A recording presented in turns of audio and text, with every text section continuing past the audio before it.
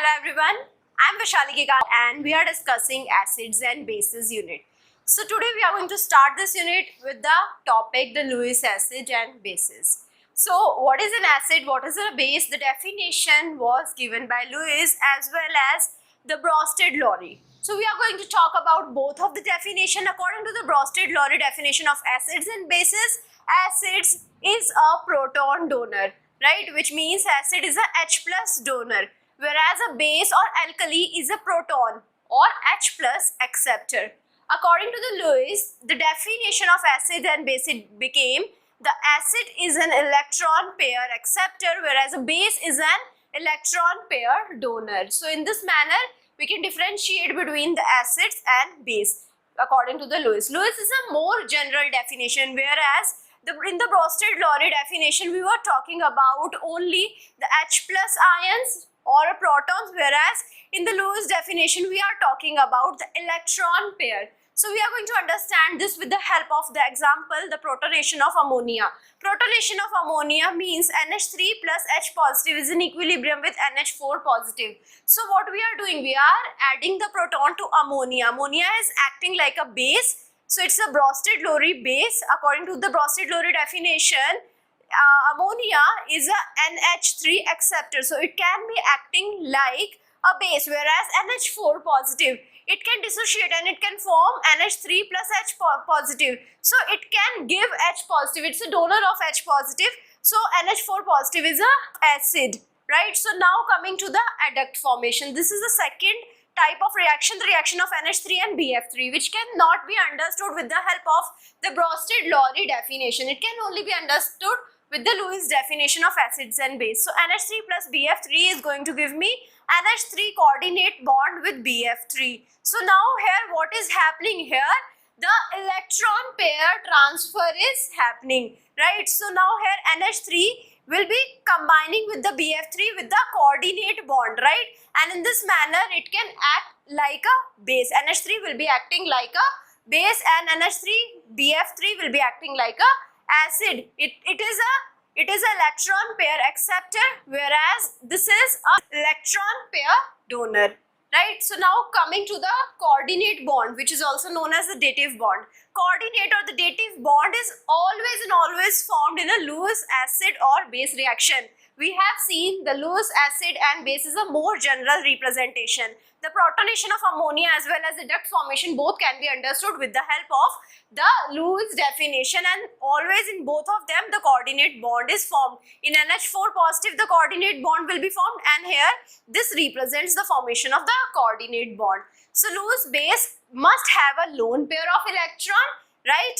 And Lewis acid must have some space in the outer shell to accept the pair of electrons. So in this manner we can understand Lewis acid and Lewis base. Coming to the reactions of acids and bases. First reaction, we are understanding the reaction of acids with metal. The reaction of acid with metal can be understood with this reaction. Metal plus acid is going to give me salt plus hydrogen. Like the metal we are taking is magnesium. Magnesium in solid state can react with 2HCl in aqueous state and form MgCl2 in aqueous state and H2 in the gaseous state. This H2 is the gaseous state, which is the hydrogen, right, and salt is MgCl2.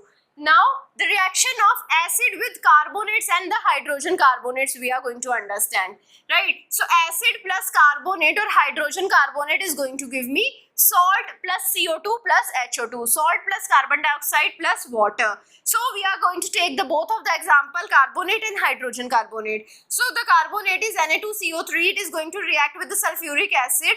H2SO4, it is going to give me Na2SO4, which is the salt plus H2O plus CO2, right? Similarly, NaHCO3, which is the hydrogen carbonate, is going to react with the HCl, which is an acid to form NaCl, which is the salt plus H2O plus CO2. So in both of the cases, salt plus CO2 plus water are formed when the acid is reacting with carbonate or hydrogen carbonate. Coming to the reaction of acid with bases or alkali. Now we are going to understand how the bases or alkali are reacting with the acid. So acid plus base is going to give me salt plus water. You can see CuO can be acting like a base. It is reacting with H2SO4, which is an acid. It is going to form CuSO4. CuSO4 is a salt plus H2O, so which is satisfying this reaction. Alkalis are, what are the alkalis? What is the difference between the base and the alkali? Base we have already studied with the Lewis base formula.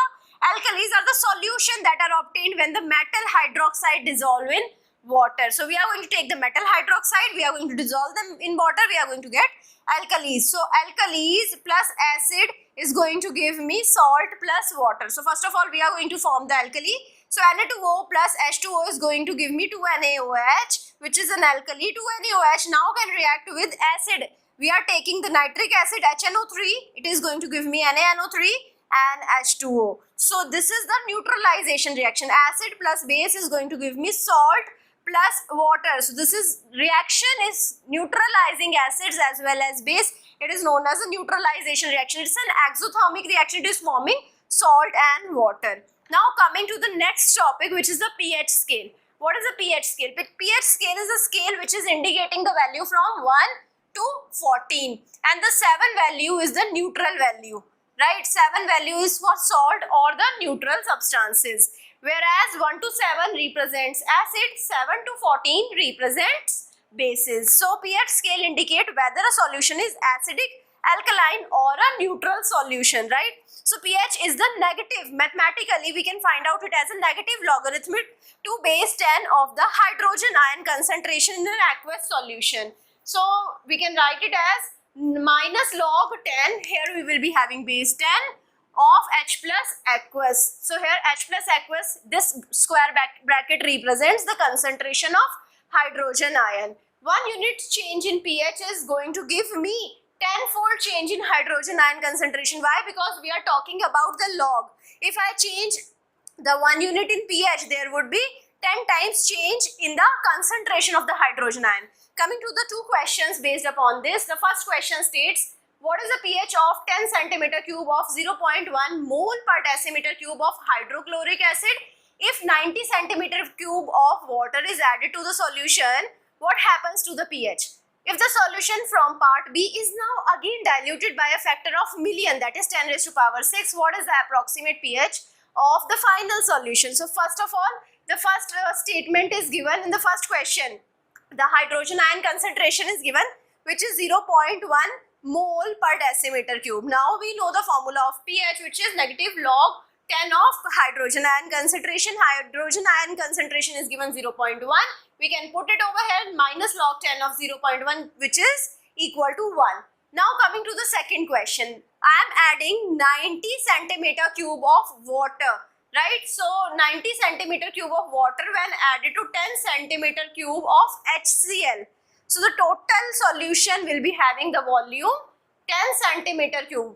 Now if you see the initial volume was 10 centimeter cube. Now the volume is 100 centimeter cube. The volume has become 10 times. Hydrogen concentration has reduced by a factor of 10. So at that time, because volume has increased by a factor of 10, hydrogen concentration is same in the given solution. So hydrogen ion concentration will reduce by a factor of 10 in the same solution if I increase the volume by 10. So pH solution increased by 1. So now initial pH was 1. If I add 90 centimeter cube of water, the pH now will become 2. Now again mathematically also we can understand it. Hydrogen ion concentration decreased from 0.1 to 0.01. Because if I am adding water 10 times, hydrogen ion concentration will decrease 10 times. So hydrogen ion concentration will be 0.01 mole per decimeter cube. pH will be equal to minus log 10 of 0.01, which is equal to 2. So mathematically also we have justified it. Coming to the statement 3 or the question number 3, if solution from part B is now again diluted by 10 raised to power 6, we had seen if I was diluting by 10 times, so the pH was increasing by a factor of 1. Here I am diluting by a factor of 10 raised to power 6 times. So pH will increase by 6 unit, right? So now initial pH was 2 and I have diluted this solution by a factor of 10 raised to power 6. So it has to be increased by 6. So 2 plus 6 will be equal to 8 pH. 8 pH will be belonging to a base. So can acid on diluting can become a base? No, it cannot. So it is not possible to dilute an acidic solution so that it become alkaline. So what will happen to the actual pH? It will be somewhat nearly around 7. It's a very diluted solution of acid, and if I dilute it further, the pH will become near about 7. It will never reach to 7 because the hydrogen ions would be present, due to which it will never be acting like a neutral solution. Coming to the next question, it states calculate the pH of a 0.250 mole decimeter cube solution of potassium hydroxide at 25 degrees Celsius. So if I see the reaction KOH in aqueous is going to dissociate to form K positive plus OH negative in the aqueous. So if I see the hydrogen hydroxyl ion concentration, OH negative concentration will be same as the KOH concentration. Here the factor is 1, here also the factor is 1.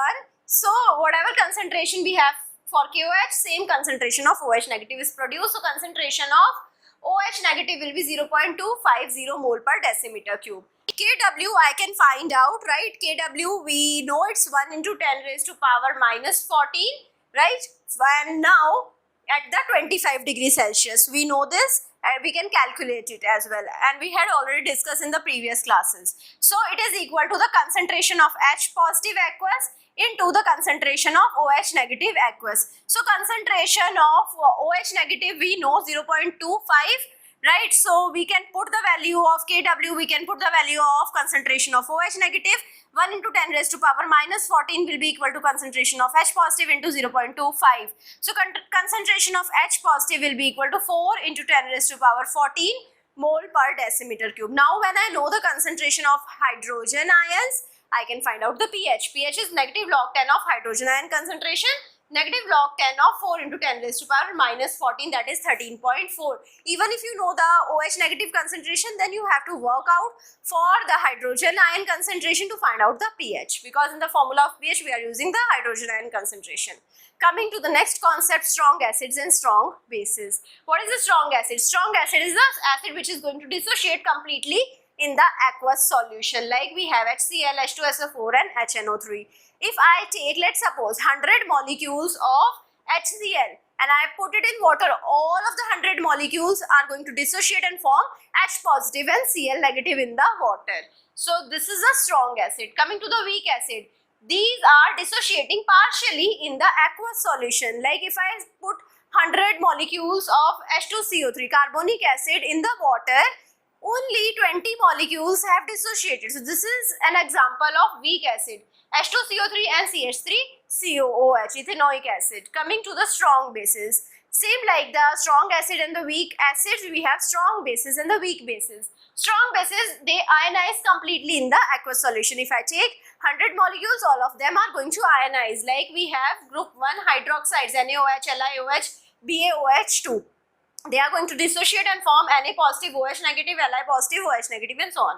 Now coming to the weak bases, they are going to partially ionize in the aqueous solution. For example, we have ammonia, NH3, then we have CH3, CH2, NH2. These are partially ionizing. I hope now you understood what is partial ionization. I hope you understood all of the things. Thank you so much.